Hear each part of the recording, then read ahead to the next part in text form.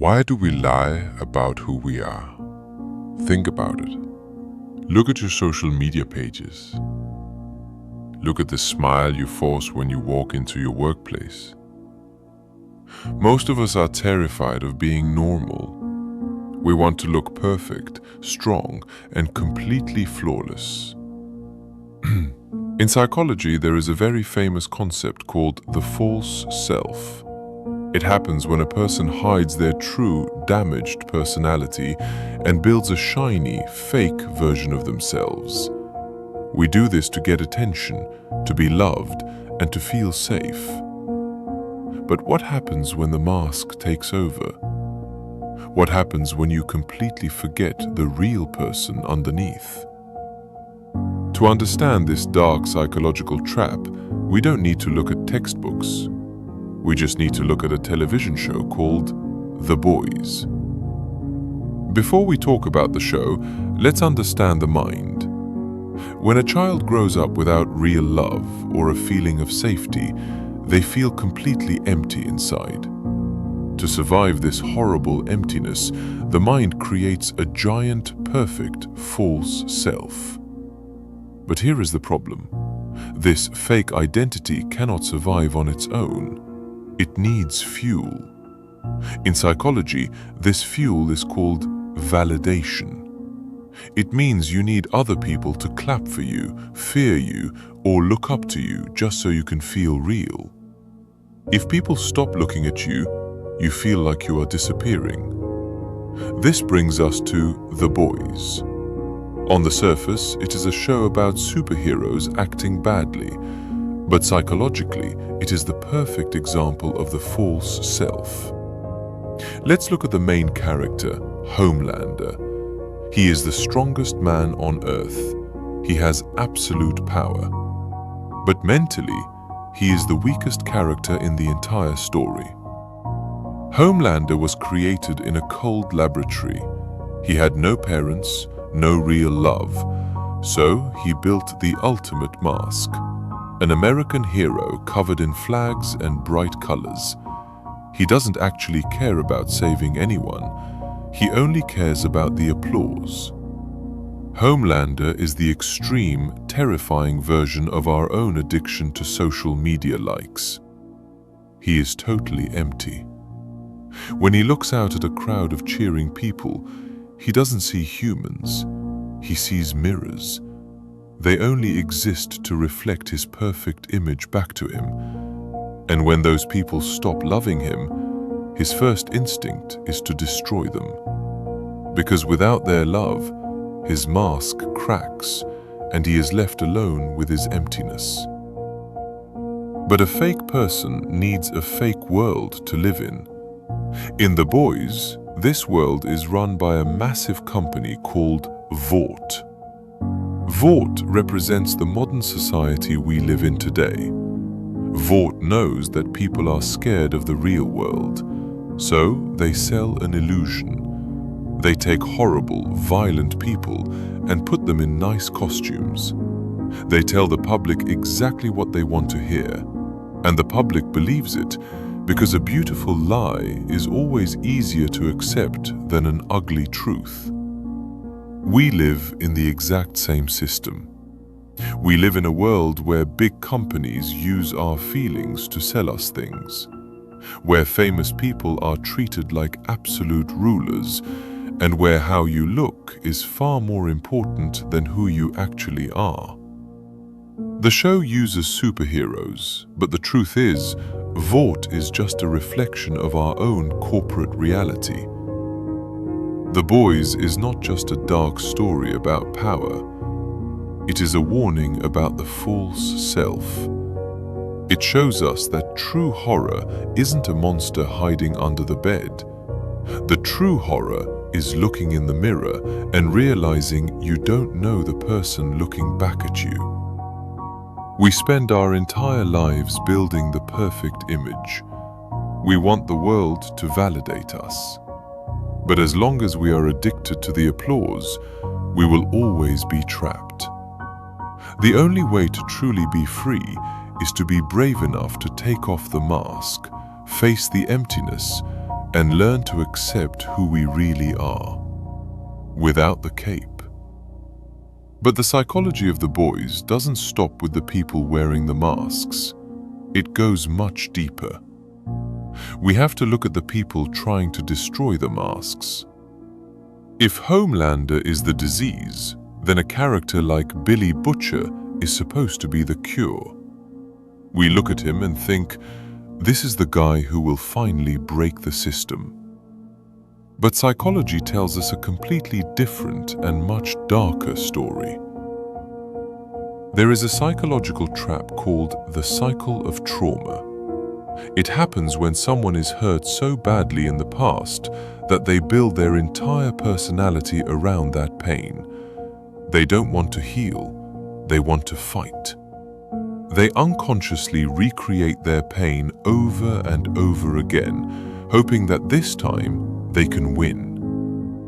Butcher is completely eaten alive by his past. He believes his war is about justice. He tells himself he is doing the right thing. But the sad reality is that he is addicted to the anger. To defeat a monster, Butcher starts thinking exactly like a monster. He lies to his friends. He uses innocent people as tools. He becomes perfectly okay with collateral damage as long as he gets what he wants. There is an old philosophical saying, if you fight monsters for too long, you have to be careful not to become a monster yourself. When Butcher decides to use the exact same dirty tricks, the exact same violence, and even the exact same powers as the people he hates, he proves that the system was right all along. He proves that having power means you can do whatever you want. This is the tragedy of trauma. We think our pain makes us stronger or gives us the right to hurt others. But most of the time, unhealed trauma just makes us toxic. When you don't fix your own broken pieces, you end up cutting everyone who tries to get close to you. Butcher is just projecting his own internal ruin onto the world. And then, we have to look at the most terrifying group of people in the entire show. It isn't the superpowered beings. It isn't the evil businessmen. It is the ordinary public. The crowd. Why do the people in the show keep cheering for leaders who secretly despise them? Why do they ignore the crimes, the lies, and the obvious destruction happening right in front of their eyes? Psychologists call this cognitive dissonance.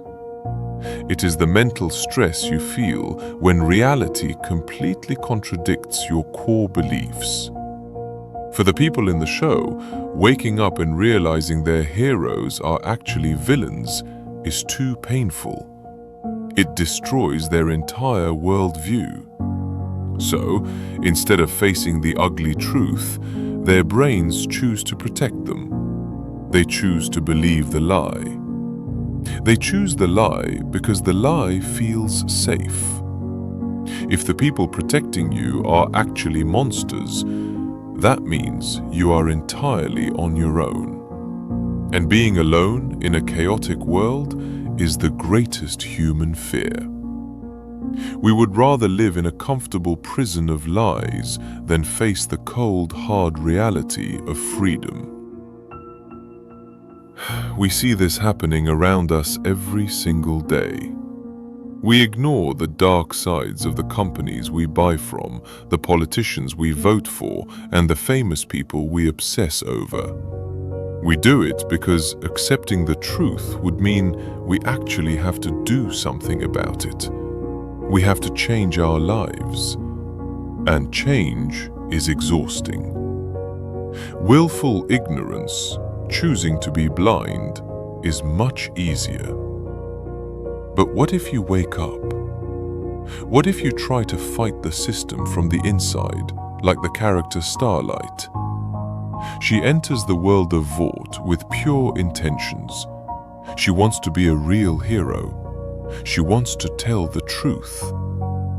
But The Boys shows us a brilliant and dark truth about modern society. The system does not fear your rebellion. It absorbs it. When you try to fight a massive corporate machine, the machine doesn't always destroy you. Instead, it takes your anger, your protests, and your desire for change, and it turns them into a brand. Vought looks at Starlight's rebellion and says, "Great, we can sell this." They print her face on the new poster. They sell a new storyline about empowerment. This is the reality of the world we live in right now. Anger is just another product. Revolution is just a marketing strategy. Big companies will gladly sell you the t-shirt you wear to protest against them. They turn your real feelings into a trend. And once something becomes a trend, it loses all its real power. It just becomes another show for people to watch. So, where does that leave us? If the heroes are fake, if the rebels are turned into products, and if the public prefers to sleep, what is the point? The point is radical self-awareness. The point is looking at the mirror without blinking. The philosophy of this show is deeply cynical, but there is a hidden lesson inside it. The only way to survive in a world built on illusions is to stop wanting the illusion. You have to stop waiting for someone else to come and fix your life. You have to stop giving your energy to people and screens that do not care about you. We have built a culture that rewards the false self. We reward narcissism. We reward the loudest, the most controversial, the most fake versions of humanity. But that machine only runs because we keep feeding it our attention. To beat the system, you don't need superpowers. You just need to stop playing their game. You need to build a life based on reality, no matter how quiet or ordinary that reality is. You have to heal your own trauma so you don't become the monster you are running from. You have to accept the difficult truth over the beautiful lie. The world doesn't need more people trying to be heroes. It just needs more people willing to be real.